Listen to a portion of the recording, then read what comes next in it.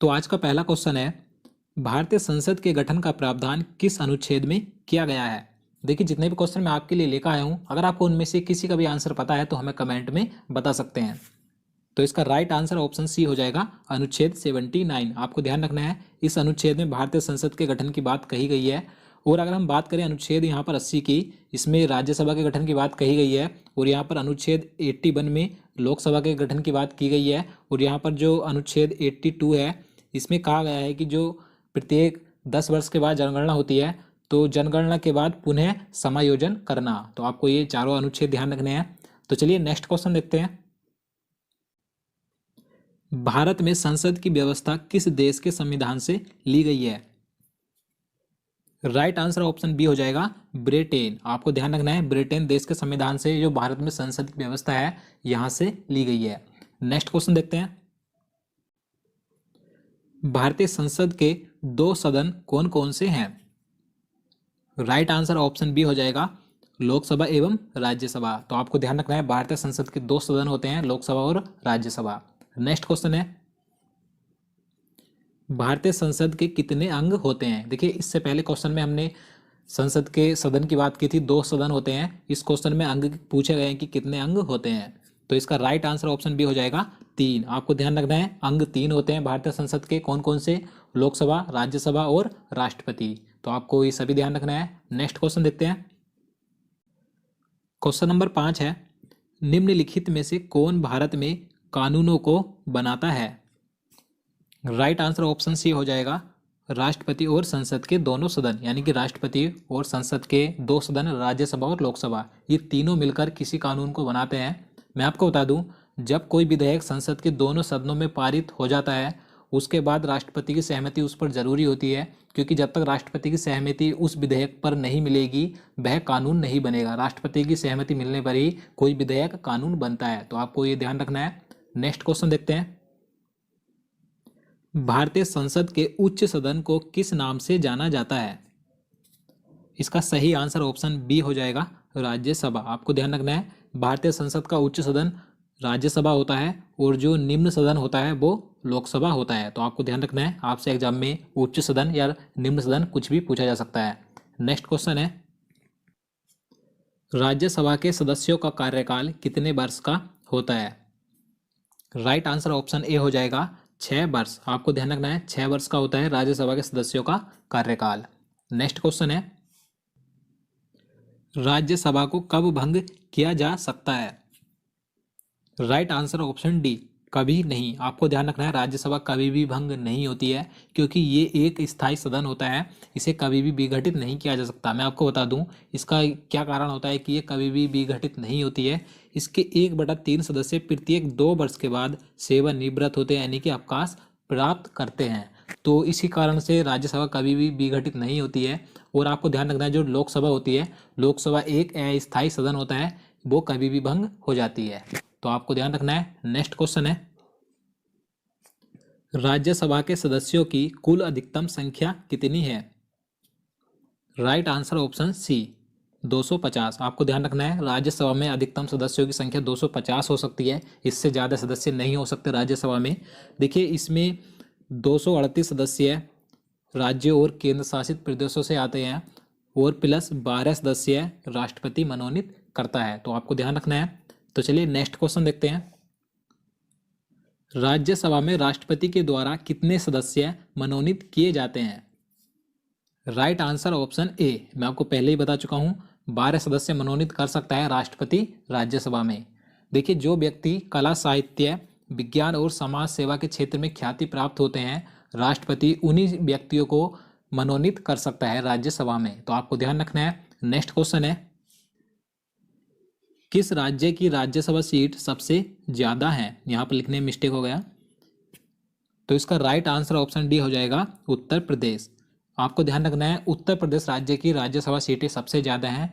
तो कितनी है ये भी ध्यान रखना है, 31, यानी कि 31 है। तो चलिए नेक्स्ट क्वेश्चन देखते हैं। क्वेश्चन नंबर 12 है, राज्यसभा का सभापति कौन होता है।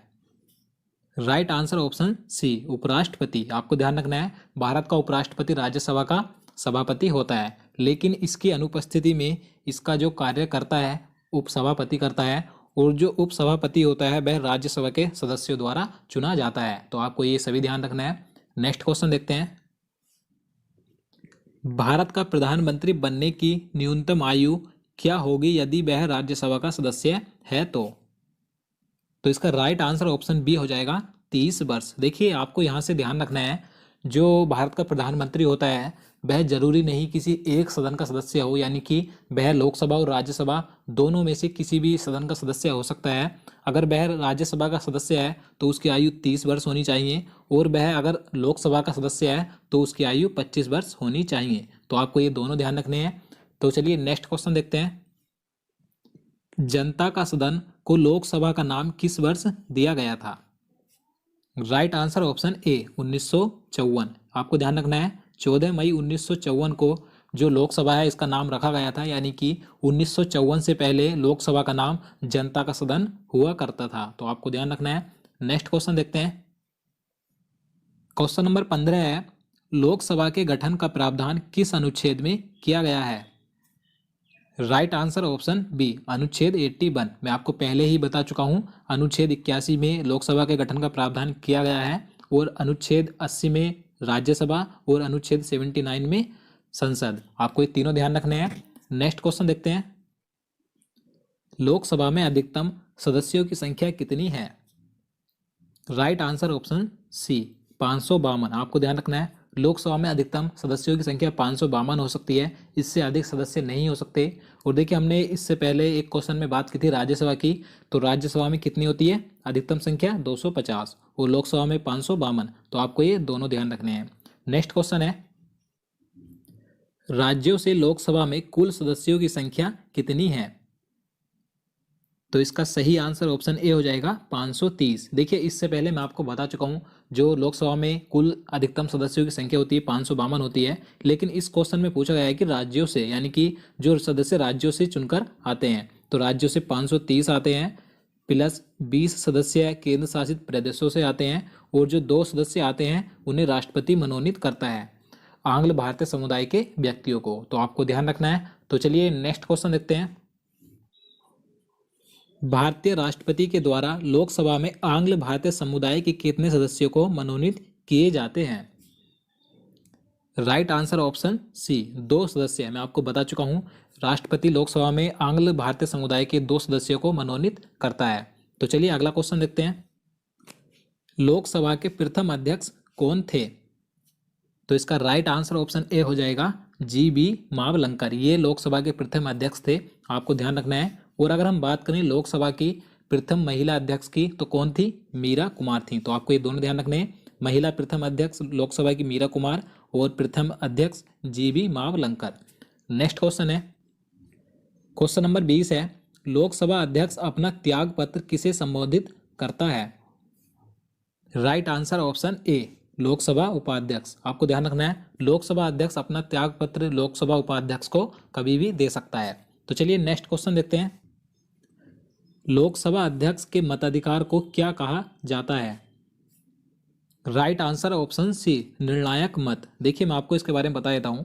देखिए जब लोकसभा में किसी विधेयक पर मतदान हो तो लोकसभा अध्यक्ष उसमें अपना मत नहीं देता है, लेकिन अगर कोई ऐसी परिस्थिति आती है कि जब पक्ष विपक्ष में बराबर मत पड़ते हैं तो लोकसभा अध्यक्ष अपना मत देता है, यानी कि उस विवाद को सुलझाने के लिए बराबर जब मत पड़ते हैं पक्ष विपक्ष में, उस विवाद को सुलझाने के लिए लोकसभा अध्यक्ष अपना मत देता है, तो इसी को निर्णायक मत कहा जाता है। तो आपको ध्यान रखना है। तो चलिए नेक्स्ट क्वेश्चन देखते हैं।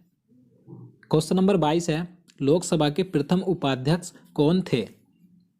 तो इसका राइट आंसर ऑप्शन सी हो जाएगा M.A. अयंगार। ये लोकसभा के प्रथम उपाध्यक्ष थे। तो आपको ये ध्यान रखना है। तो चलिए अगला क्वेश्चन देखते हैं। लोकसभा अध्यक्ष तथा राज्यसभा सभापति के वेतन और भत्ते कौन निर्धारित करता है?